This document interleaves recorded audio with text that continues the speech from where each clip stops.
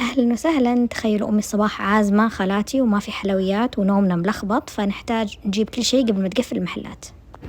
حبيت شكلها مرة تجنن. أتوقع أن هذه حقت شوكولاتة دبي صح؟ أيوة بستاشيو تناسة. مرة فاضية أصور. ما في وقت كل شيء بيقفل الحين، خلوني أختار بسرعة. والله هذا شكلها حلو بس حجمهم مرة صغيرة، نحتاج أكبر. الحمد لله جهزنا الحلويات، جهزنا البيت، جهزنا كل شيء، باقي الفطور. فطالعين الحين نجيب فطور أسرع شيء بالحياة قبل ما يجون الضيوف. بصراحة شيء جديد، عزومة فطور بس مرة تجربة حلوة.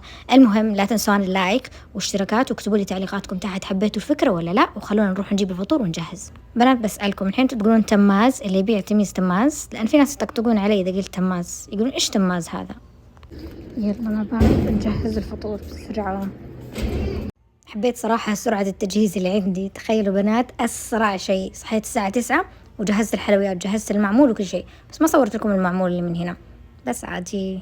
المهم قبل ما يجون الناس وتصير زحمة وحوسة قلت أصور لكم كل شيء وبعدين لاحقين على الحوسة. شوفوا قلة الأدب، شال الطاولة من عندي فصرت جالسة بدون طاولة، حلاوتي بحضني. تخيلوا حتى هذه زي مشردة مسكينة.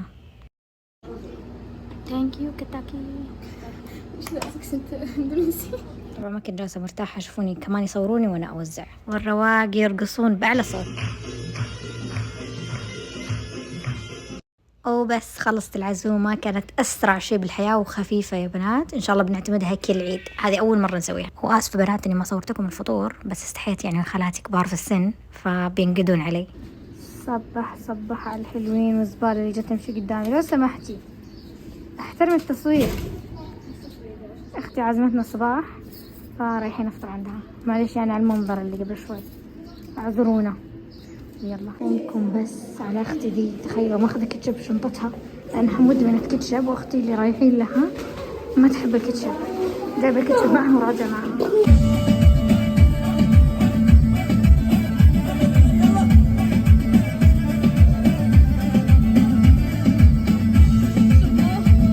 صادمة بقى 30 حبة شاورما، نسوي تحدي احنا ولا ايش؟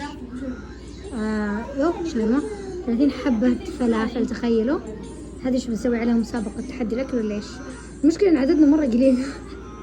نسوي أسرع واحدة تاكل جائزة. الحمد لله صار البوكس قد كذا حجمه، مو كبير فناكل بالعافية. الزيارة ويا بخت من زار وخفف، الآن صارت مضاربة بين البزران، خلاص جاء وقت نرجع البيت.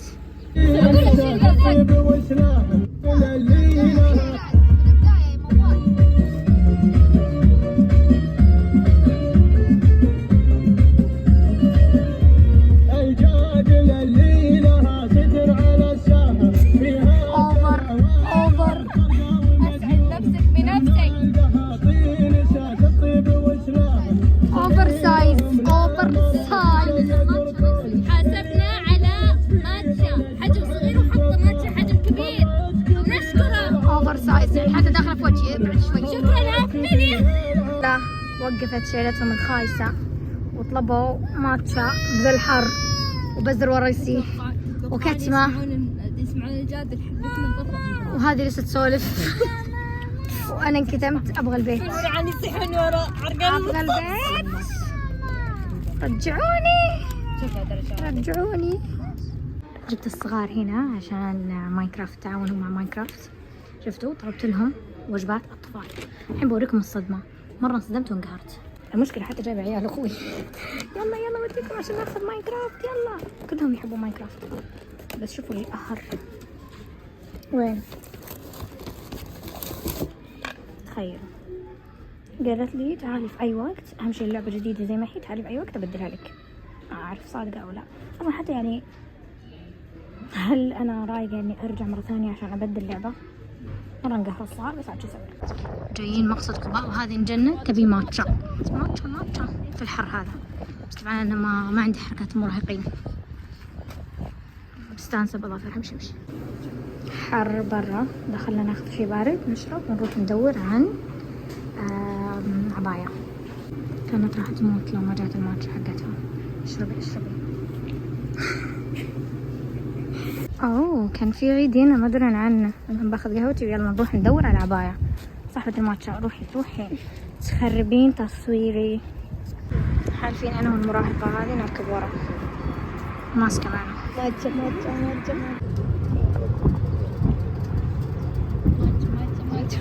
تحداكم كم مرة قلت ماتشا.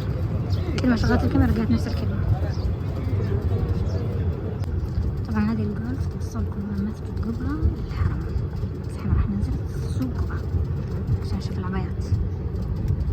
بس اللي تشوف العبايات واللي هي تبيها طبعا ما جت معانا دلوعة، فبشوف العبايات ونشوف الأشياء عشان يطلع حلو.